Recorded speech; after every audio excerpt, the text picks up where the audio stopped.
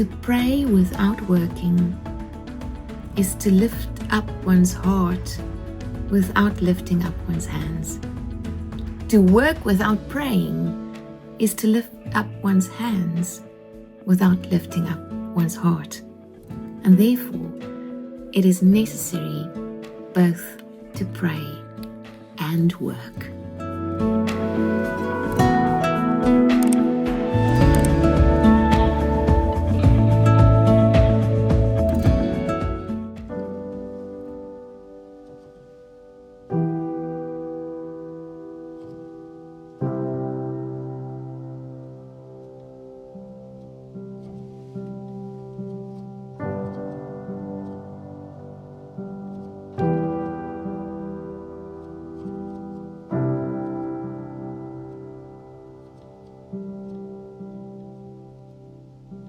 Christ be with me, Christ before me, Christ behind me, Christ within me, Christ below me, Christ above me, Christ be with me.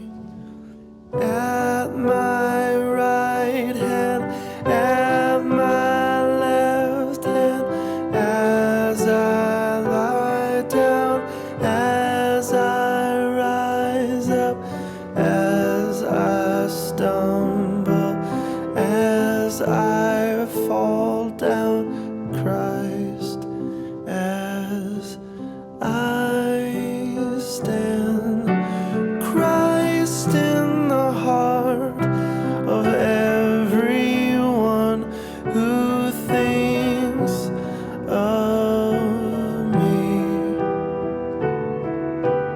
Christ in the mouth of everyone who speaks of me, Christ in every eye that sees me, Christ in every ear that hears me. Amen.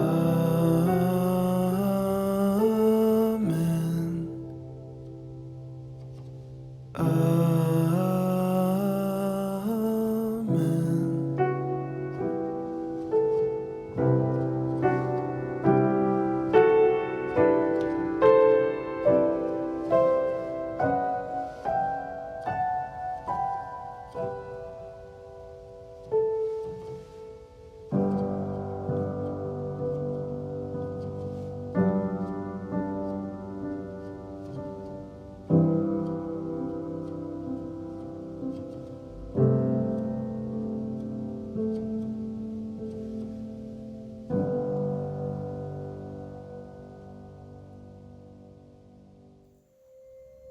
What profit is there for the worker from that in which he labors?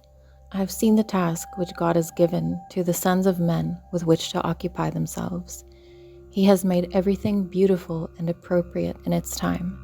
He has also planted eternity, a sense of divine purpose, in the human heart, a mysterious longing which nothing under the sun can satisfy, except God. Yet man cannot find out what God has done, from the beginning to the end. I know that there is nothing better for them than to rejoice and to do good as long as they live, and also that every man should eat and drink and see and enjoy the good of all his labor. It is the gift of God. I know that whatever God does, it endures forever. Nothing can be added to it, nor can anything be taken from it. For God does it so that men will fear and worship him with awful reverence, knowing that he is God.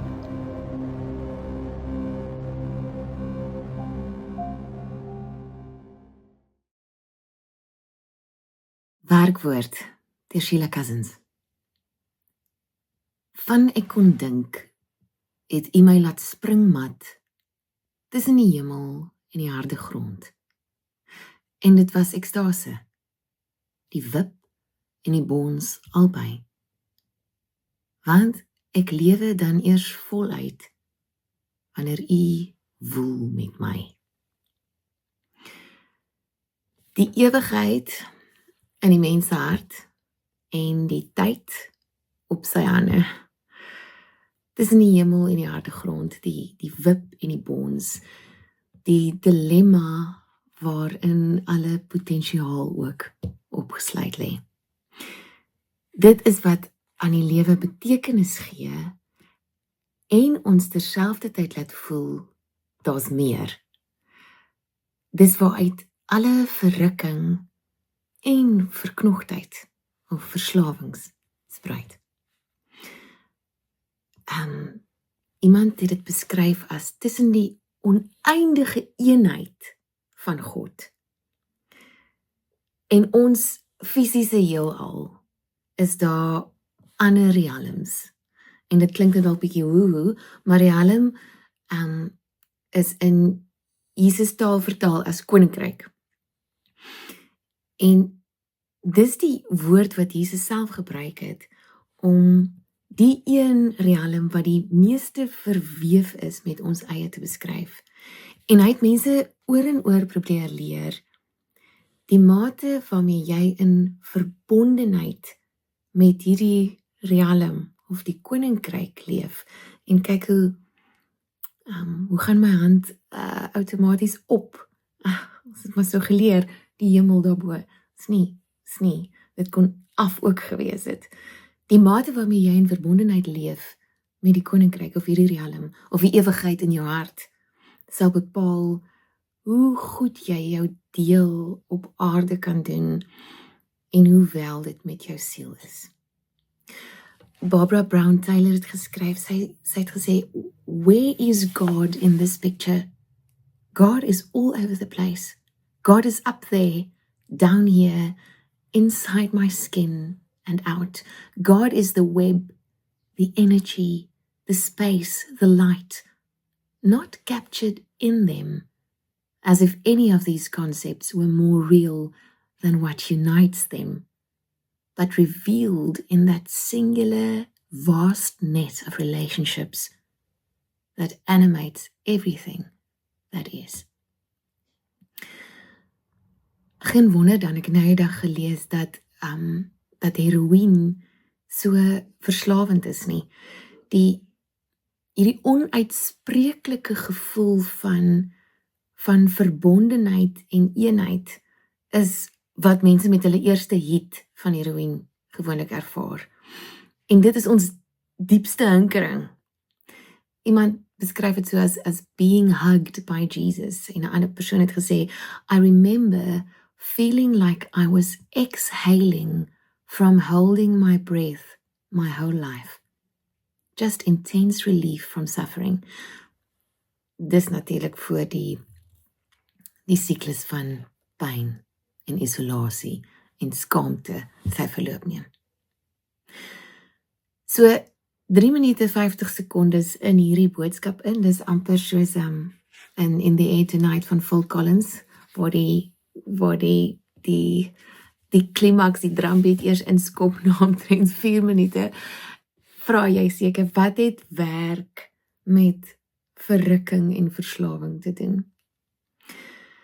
Een van die skrifgedeeltes in die Bybel waaroor ek die meeste pyns word ingelei deur 'n baie normale, eintlik praktiese vraag wat ons almal seker by tye vra.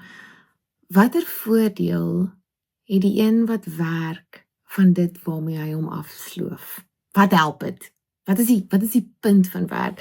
As ons die grootste deel van ons lewens daar deurbring of hier deurbring, wat is die punt van dit alles? En dan gaan die prediker voort met die uitleg van hierdie hele dilemma en potensiaal van menswees. God het die ewigheid in die mens se hart gegee, sonder dat die mens enigsins die werk wat God van begin tot einde doen, kan pyl. Hy het die ewigheid uit ons harte geplaas en ons het nie 'n idee wat wat tyd vir ons inhou nie. Ons het nie beheer oor die tyd nie, en tog is ons hier geplaas binne tyd. Die Amplified vertaling is my so mooi. He has made everything beautiful and appropriate in its time. He has also planted eternity, a sense of divine purpose, in the human heart, a mysterious longing which nothing under the sun can satisfy except God. Yet, man cannot find out, comprehend, grasp what God has done, his overall plan from the beginning to the end. En dan gaan die prediker voort deur te sê, ek het gesien dat daar niks beter is nie, as dat die mens vreugde vind in sy werk. Dit is wat hom toekom. Wie kan hom laat sien wat na hom sal gebeur? Khalil Gibran skryf hierdie aangrypende woorde wat my nou nogals nie laat hinker na aftree nie, maar eintlik sou of die arbeidsgenot, ek onthou daai C.L. Langehoven se huis se naam in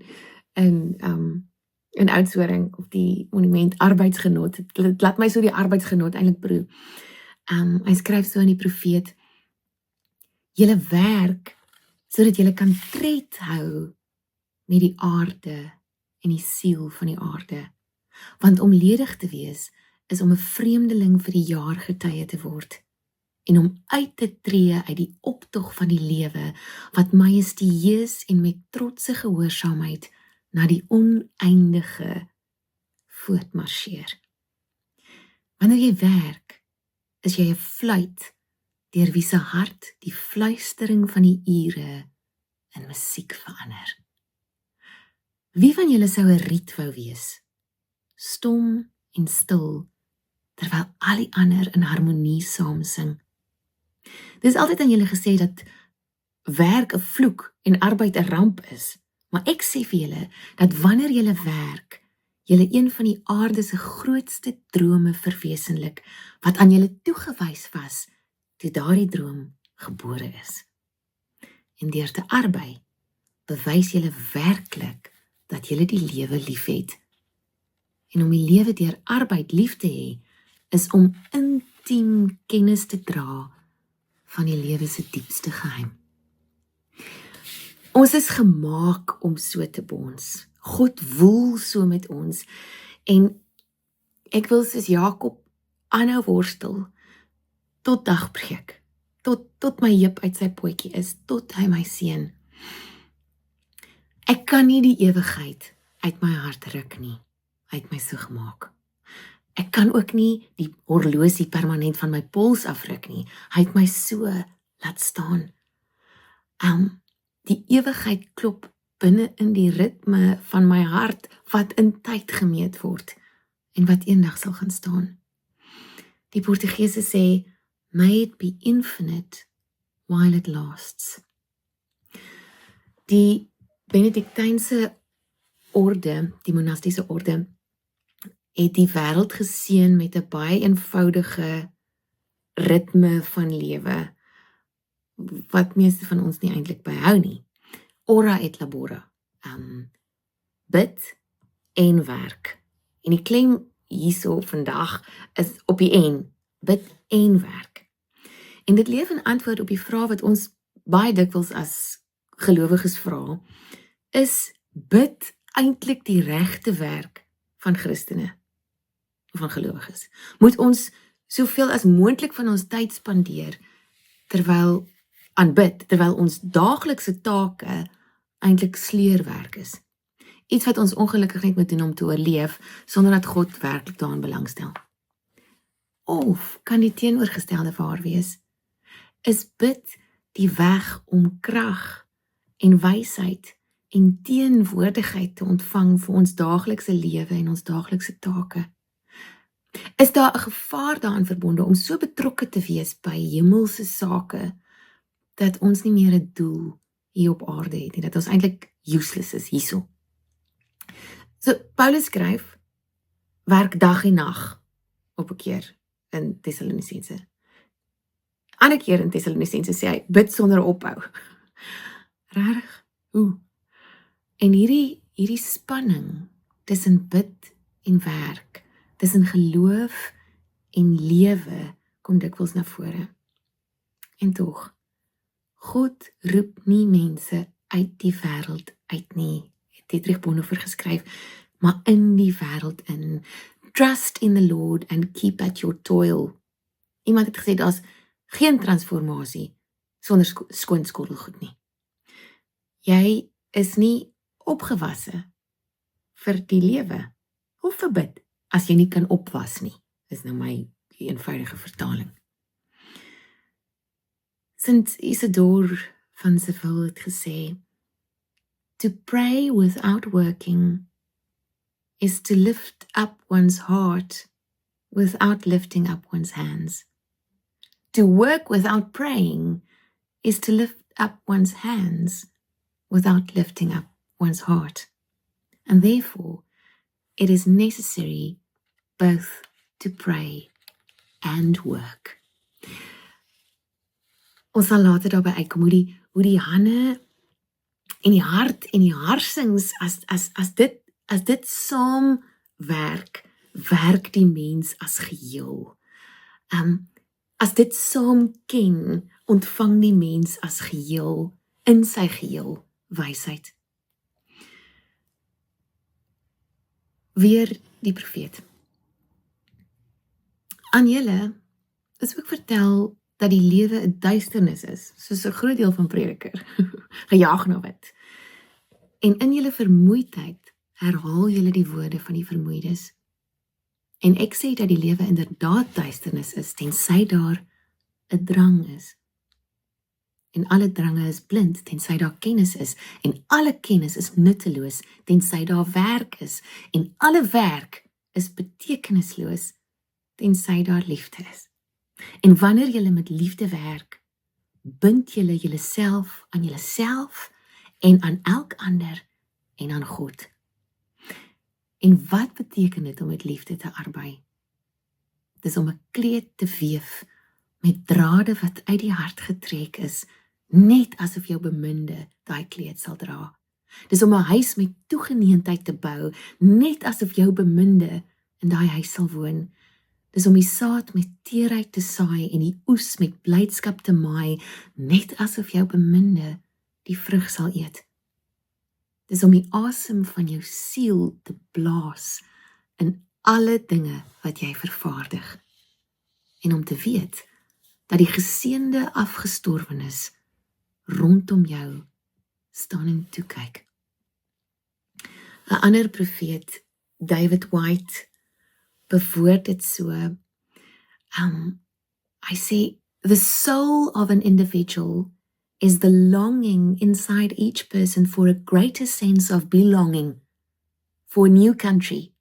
We go through most workdays forgetting that this grand migratory force exists within us. At the level of our souls, no matter the difficulty in our work or the responsibilities or the possibility of failure, entire new worlds are coming into being. To have a firm persuasion in our work, to feel that what we do is right for ourselves and good for the world at exactly the same time is one of the great triumphs of human existence. To set out boldly in our work is to make a pilgrimage of our labors, to understand that the consummation, die voleindiging of work, lies not only in what we have done, but who we have become while accomplishing the task. Work at its best is one of the great human gateways to the eternal and the timeless. Dit waarin ons die meeste tyd spandeer hier op aarde, is een van die grootste deurgange, gateways, na die ewige en die tydlose. Werk is die plek waar die self die wêreld ontmoet. Dis die Dis die binnekant wat omgedop word en na buite sigbaar word. Wat jy vorm jou. En is dit nie ironies nie, dat liefde spruit uit lief hê. Dis die werkwoord. Dit waarvoor ek omgee, word dit waaroor ek omgee. En die lewe is 'n oefening in medeskepping en dit vat werk. Werk is jou antwoord op jou roeping. Dis jou verantwoordelikheid. Kyk, ons sê nou, soos die profeet hier gesê het, julle sê arbeid is 'n ramp en werk is 'n vloek, maar selfs voor die sondeval, selfs in 'n ideale wêreld, het God van ons verwag om deel te neem in die medeskepping van die wêreld. Dit is nie 'n straf of 'n boetedoening nie. Dis 'n voorreg. Bonhoeffer, en hier kom die hande en die hart en die harsings nou weer saam, het geskryf, vocation of calling dan is responsibility. Responsibility, the ability to respond, and responsibility is the total response of the whole man or woman to the whole of reality. Werk is nie verhewe bo bid nie. President Mandela het tydens 'n kongres in Junie 97 gesê, in our striving for political and economic development, the ANC recognizes that social transformation cannot be separated from spiritual transformation. Ons kan dit nou hoor en dink, ja, die pad na vryheid, nie net vir die ANC nie. Vir meeste van ons is nog bitter ver en bitter lank. En dan ook, bid is nie verhewe bo werk nie. Weer Khalil Gibran. Dikwels het ek julle hoor sê, soos een wat in sy slaap praat, hy wat met marmer werk en die beeltenis van sy siel in die klip vind, is edeler as hy wat die grond omploeg. En hy wat die reënboog kan gryp en dit in die gelykenis van 'n mens op 'n doek kan vaslê. Al die kunstenaars, die kunste, die siel, die sielskos, is groter as hy wat sandale vir ons voete maak. Maar ek beweer, nie in my slaap nie, maar in die nugterheid van die middaguur, dat die wind nie die reuse eik met 'n soeter stem aanspreek as die minste onder die grashalmpies nie. En alleenlik hy is groot, wat die stem van die wind in 'n lied verander, wat nog soeter gemaak is deur sy eie liefde. Dis die alchemie. Werk is liefde sigbaar gemaak. En as jy nie met liefde kan werk nie, maar slegs met afkeer, is dit beter dat jy jou werk verlaat en by die tempelhek gaan sit en almoses ontvang van diegene wat met vreugde arbei. Want as jy brood onverskillig bak, bak jy 'n bitterbrood wat net die helfte van die mense honger stil. Nie die ewige deel nie, net die tydelike deel. En as jy met teensin die druiwe pars, dan stook jou teensin 'n gif in die wyn. En dan sou jy soos die engele sing, maar sang nie lief hê nie. Dan sou jy mense se ore sluit vir die stemme van die dag en die stemme van die nag. David White vra die vraag so, who am I practicing becoming at work? Bediening word nie gedefinieer deur wat ons doen nie, maar deur wie ons dien.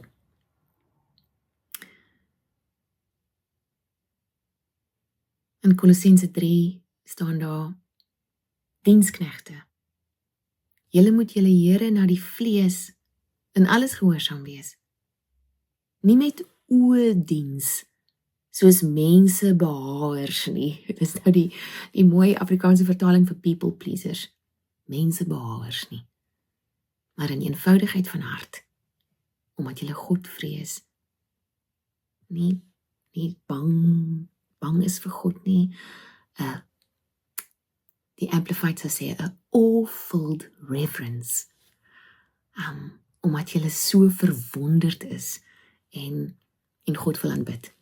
En wat jy ook al doen dit van harte, soos vir die Here, en nie vir mense nie. Omdat jy weet, dat jy van die Here die erfenis as vergelding sal ontvang, want jy dien die Here Jesus Christus. Ek gaan afsluit, ek wou eintlik nog hierdie storie eintlik ontleed het en in detail ingegaan het, op hoe dit van toepassing is op ons werk, miskien in 'n volgende boodskap. Dit is nou alwaarvoor ons tyd het vandag, maar hierdie Chinese storie deur Chuang Tzu, en hoe dit hierdie skrif in Kolossense belig, en ook 'n paar belangrike goed uitlig in ons werk, en hoe ons bid en werk, ons motiewe, ons gawes en vaardighede, die ander, hoe ons dink oor uitkoms en resultate. Dis 'n storie wat dikwels deur Parker Palmer ook vertel word. The Woodcarver. King, the master carver, made a bell stand of precious wood. When it was finished, all who saw it were astounded. They said it must be the work of spirits. The Prince of Lu said to the master carver, "What is your secret?" King replied, "I am only a workman. I have no secret. There is only this. When I began to think about the work you commanded, I guarded my spirit, did not expend it on trifles that were not to the point. I fasted in order to set my heart at rest. After 3 days fasting, I had forgotten gain and success. After 5 days, I had forgotten criticism. After 7 days, I had forgotten my body with all its limbs. By this time, all thought of your highness and of the court had faded away. All that might distract me from the work had vanished. I was collected in the single thought of the bell stand. And then I went to the forest to see the trees in their own natural state. And when the right tree appeared before my eyes, the bell stand also appeared in it, clearly, beyond doubt. All I had to do was to put forth my hand and begin. If I had not met this particular tree, there would have been no bell stand at all. What happened? My own collected thought encountered the hidden potential in the wood. And from this live encounter came the work which you ascribe to the spirits.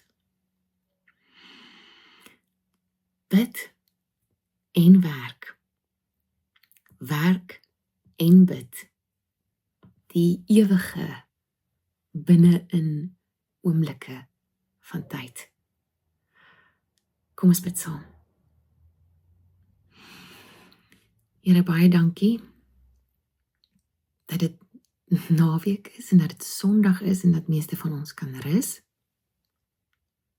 En dankie in dieselfde asem dat ons kan werk vir die voorreg van werk. Here, bring in ons binnegoed 'n diep oortuiging dat dit regtig nie 'n straf of boetedoening is nie, maar 'n voorreg. En help ons harte en ons hande en ons harsings om hierdie ritme van bid en werk. Van werk en bid. Te kan beoefen. Dat ons by die werk kan oefen watter soort mense ons wil wees en word. Dat ons werk ons meer mens maak en meer geregtigheid op aarde bring. Gee ons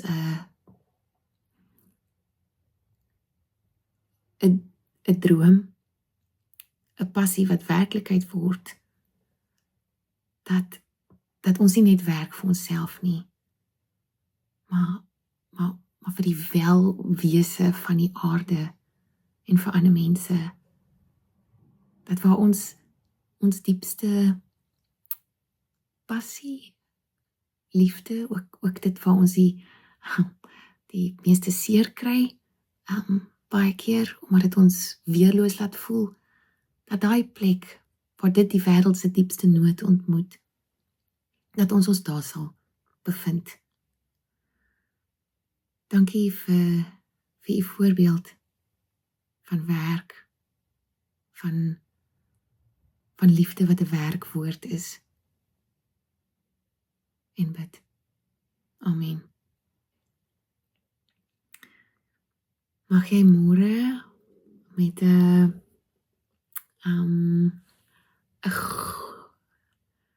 groter lied in die hart opstaan om te werk, of jy nou iewers gaan werk, en of jy by die huis werk, en of jy in die tuin werk, en mag dit jou verbind aan die aarde, en aan jou bure.